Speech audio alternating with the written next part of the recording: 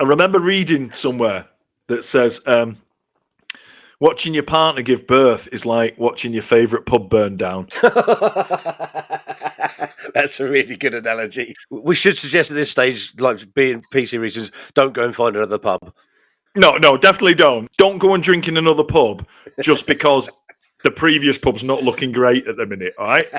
When you go from 2 kids to 3, imagine a nightmare scenario where you've got 3 young children. All 3 run in opposite directions. All 3 run somewhere potentially hazardous. Where do you run?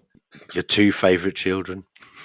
You've effectively got to decide which one you're not that bothered about keeping. That's true. I don't think it's a good look as a parent, personally, if your 5-year-old in the supermarket turns round and calls you a dick. Or fucking arsehole or something like that. Yeah. Look at me showing off at the swear words, I know.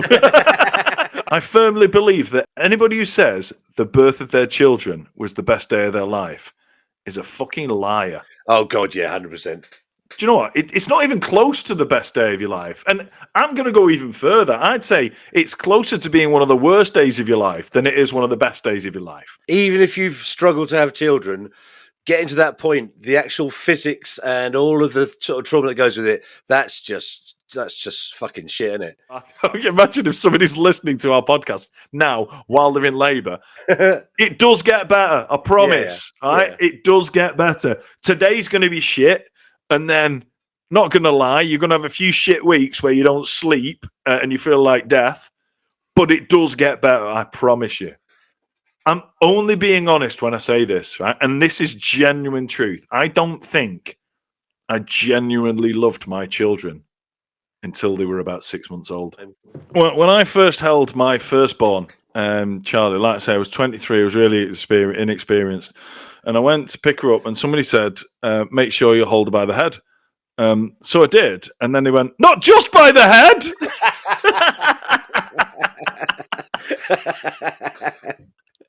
But not being funny. Not true. That's not true. That's just a silly joke I just made up. Thank you very much. People say that the day your child is born is the best day of your life.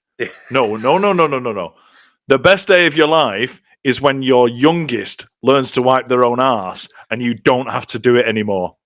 I do this quite often, but I'm going to do it again. And I'd get told off by people that weren't my parents for swearing in the street, which always... Did a policeman give you a clip round the ear back in those days, Baz? Genuinely, yes. I mean, yeah. I got taken home by a policeman to my mum, who, and I'm one of those kids that grew up where if you got taken home by a policeman to your mum, that policeman was your best friend until he left. And then your mum took over and she was fucking 20 times worse than that policeman. Baz, I just imagine when you were a young child, this policeman in a top hat with a cane took you home to your mother and say, Mrs. Wright, I need to report that your son has been heard saying the word vagina. Bloody. I don't think it's a good look as a parent, personally, if your 5-year-old in the supermarket turns round and calls you a dick or fucking arsehole or something like that. Yeah. Look at me showing off at the swear words, I know. No more. I do. I'm not going to say them, though. Not just yet. Genuinely, one of my daughter's first words was fuck. Honestly. Sorry, Baz. I've just realised that we've done this episode on the premise of giving people parenting advice, and you're now telling me that one of your daughter's first words was "fuck." I'm the same, Baz. I'm 48 years old and I don't swear in front of my mum. Yeah. I mean, the odd shit might. I really said the odd shit might slip out, but that's well, you know those people that give you all the stuff about, oh, it's going to be shit. You're never going to sleep again.